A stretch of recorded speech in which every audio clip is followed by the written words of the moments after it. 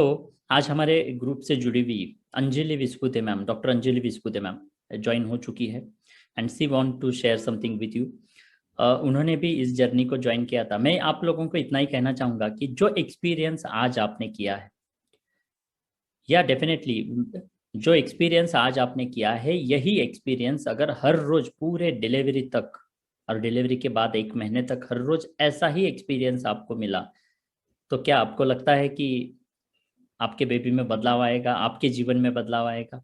कितने लोग हैं जो ये पूरे 9 महीने और उसके बाद डिलीवरी के बाद 1 महीने तक ये same feeling, same happiness, same activities को हर रोज करना चाहती है, हर रोज ये फीलिंग पाना चाहते हैं? How many of you are ready to get this every day? Type me, everyone type me, type me. Congratulations, congratulations. जो मी लिख रहा है, congratulations to all of you, congratulations, congratulations. Great great great great great. Yes, thank you very much. या thank you. यहाँ हमारे group से Anjali Vispute ma'am जुड़ चुकी है, तो आज मैम को हमें यहाँ पे उनका जो एक्सपीरियंस है हमारे जीएससी के साथ, जीएससी क्या है, गर्भ संस्कार चैलेंज, जो आज आपने एक्सपीरियंस किया वैसा ही एक्सपीरियंस उन्होंने पूरे उनके जर्नी में लिया। मैं आज गर्व से यहाँ पे बताना चाहता हूँ कि आज 1000 से भी अधिक महिलाएं हमारे ग्रुप से जुड़ चुकी है, और उसमें से करीब करीब 168 महिलाएं खुद डॉक्टर है, अलग अलग क्षेत्र में। कोई बीएमएस है, कोई अलग अलग क्षेत्र में मेडिकल फील्ड में है, कोई डॉक्टरेट हासिल की है। ऐसी 168 महिलाएं हैं, और ऐसी ही एक प्राउड मदर या proud GSC mom I can say हमारे साथ में आज है। तो उनका जो एक्सपीरियंस है जीएससी के संग हम यहाँ पे थोड़ा सा जान कर लेंगे। So Anjali ma'am, welcome. Hello, kindly, thank you. या kindly share your experience with us. Hello everybody, मेरा नाम डॉक्टर अंजलि विस्पुते है। मैं आईसीयू स्पेशलिस्ट हूँ। मैंने एमबीबीएस किया, मैंने उसके बाद आईसीयू का डिप्लोमा कोर्स किया, तो मेरा खुद का हॉस्पिटल है। मेरी शादी को 3 साल हो गए। आफ्टर 2 years ऑफ मैरिज हम लोगों ने ट्राई करना शुरू किया फॉर अ बेबी। तो I got pregnant at the peak of COVID. India के पीक ऑफ कोविड जो मार्च में शुरू हुआ था, तो मार्च में कोविड शुरू हुआ, और न्यूज में जब लॉकडाउन की बात हुई उससे कि कुछ दिन पहले से मुझे सिम्टम्स थे कि भाई मैं प्रेग्नेंट हूँ, and actually I was pregnant. तो मेरा प्रैक्टिस भी मैंने टेम्परेली तब बंद किया था, and I was pregnant also. इतने सालों से मैंने कभी घर पे बैठ के बस इधर उधर देखना मतलब सीखा ही नहीं था। I was always very busy. मैं प्रेग्नेंट भी थी, और मुझे बेड रेस्ट भी बताया गया था, और ऊपर से कोविड भी था। इतना कुछ, इतना सब स्ट्रेस था, हर चीज का स्ट्रेस था, कि मैं धीरे धीरे मैं डिप्रेस होने लगी थी। फर्स्ट 2 months ऑफ प्रेगनेंसी में बहुत ही मतलब अनकंफर्टेबल थी अपने नया लाइफस्टाइल के साथ। by when I was in the third trimester, third month in the first trimester, that is when I found out about Vishnu Manesar's Garv Sanskar. So that is when I decided that ये घर पे बैठे बैठे bore भी होता है, और depressive thoughts भी आते हैं, और दैट वो जो है बेबी के लिए भी अच्छा नहीं है, और मेरे लिए भी अच्छा नहीं है, और बाकी के एनवायरनमेंट जो अपने घर का होता है उसके लिए भी अच्छा नहीं है। तो मैंने ज्वाइन किया।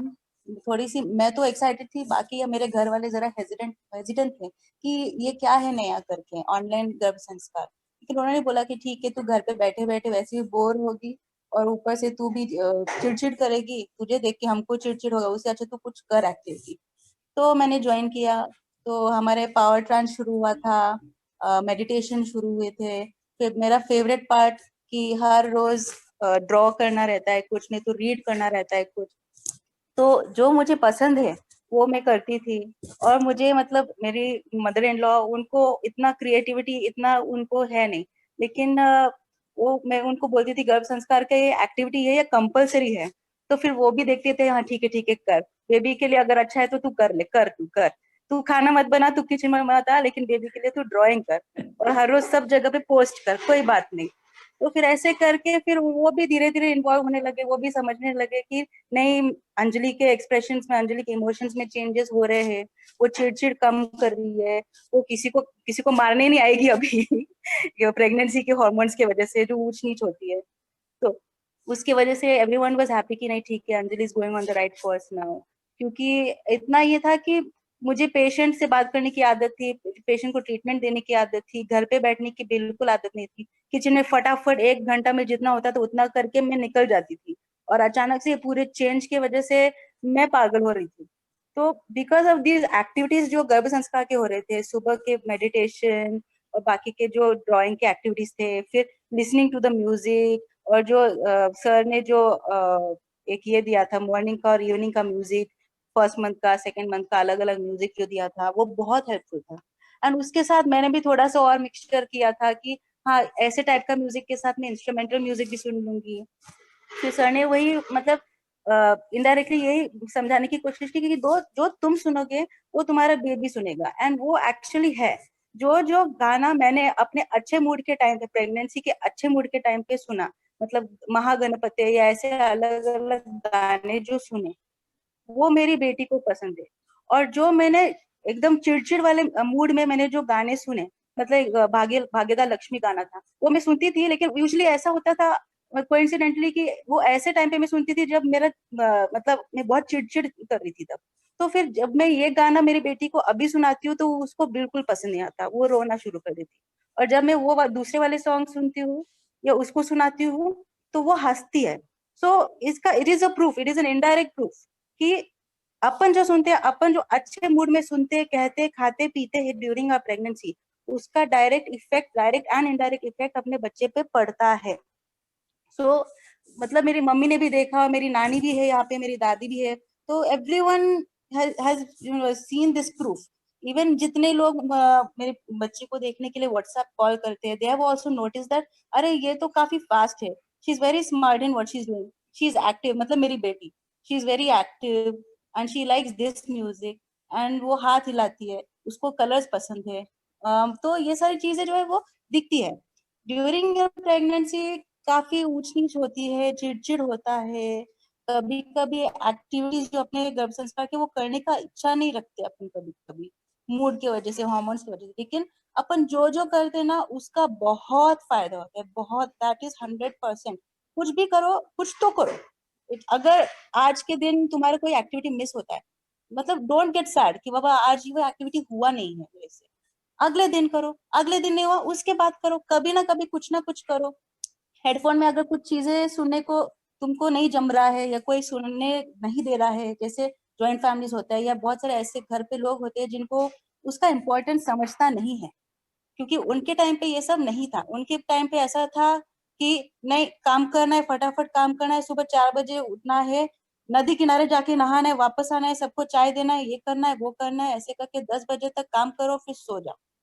तो उनका ये लाइफस्टाइल और अपने लाइफस्टाइल में जमीन आसमान का फर्क है।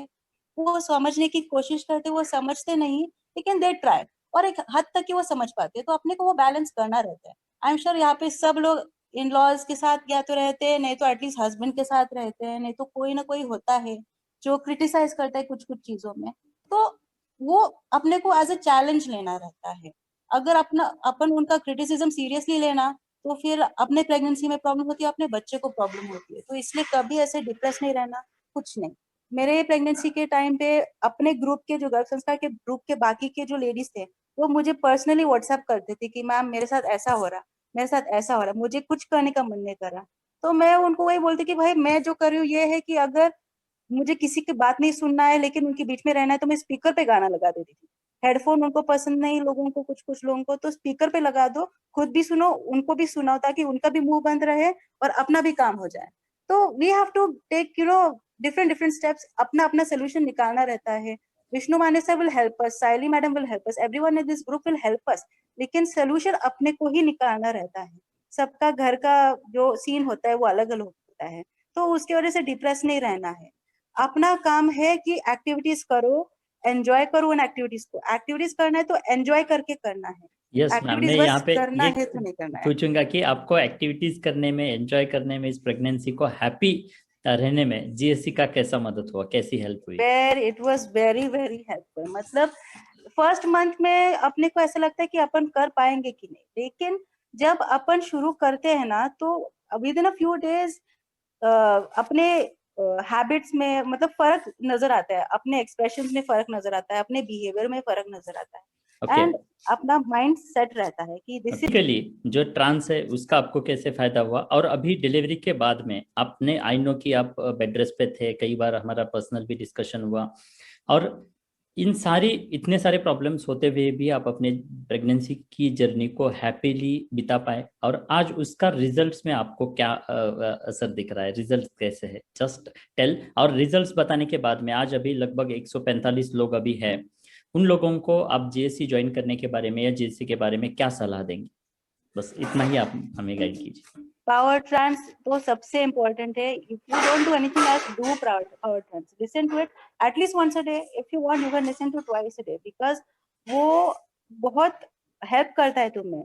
एंड जो कहते हैं ना, अगर तुमको पेनलेस डिलीवरी चाहिए या कॉन्सेंट्रेशन चाहिए तुम्हारी डिलीवरी में, या मतलब अच्छा इफेक्ट चाहिए, then you should do the power trans because it helps you a lot. मेरे प्रेगनेंसी, मेरे डिलीवरी के टाइम के जस्ट कुछ मिनट पहले मैंने पावर ट्रांस सुना था, एंड ये मुझे एडवाइस मिला था हमारी फर्स्ट जो डिलीवरी वाली मम्मी थी, doctor Mrs Leena Patil, Leena Patel madam, उन्होंने दिया था. And I am very thankful कि उन्होंने मुझे शेयर किया था. एंड दैट इज वाई मैं ये पास ऑन करना चाहती हूँ कि पावर ट्रांस कुछ भी हो जाए, पावर ट्रांस मिस मत करना, क्योंकि वो बहुत हेल्प करता है डिलीवरी के टाइम पे. एंड क्योंकि तब बहुत स्ट्रेस होता है, इट इज वेरी इंपॉर्टेंट. और अभी उन सब का इफेक्ट जो है पोस्ट डिलीवरी बहुत अच्छा लगता है. मतलब भी अपन अपने इमोशंस के कंट्रोल में रहते हैं, एंड अपने को एक पावर मिलता है कि अपन अपने बेबी को भी संभाले. तो उसका बहुत अच्छा इफेक्ट मिला है. गर्भ संस्कार के सारे एक्टिविटीज करोगे तो उसका तो बेस्ट रिजल्ट मिलेगा. मतलब मुझे मेरी बच्ची में वो बहुत अच्छा रिजल्ट दिखा है. She is very patient.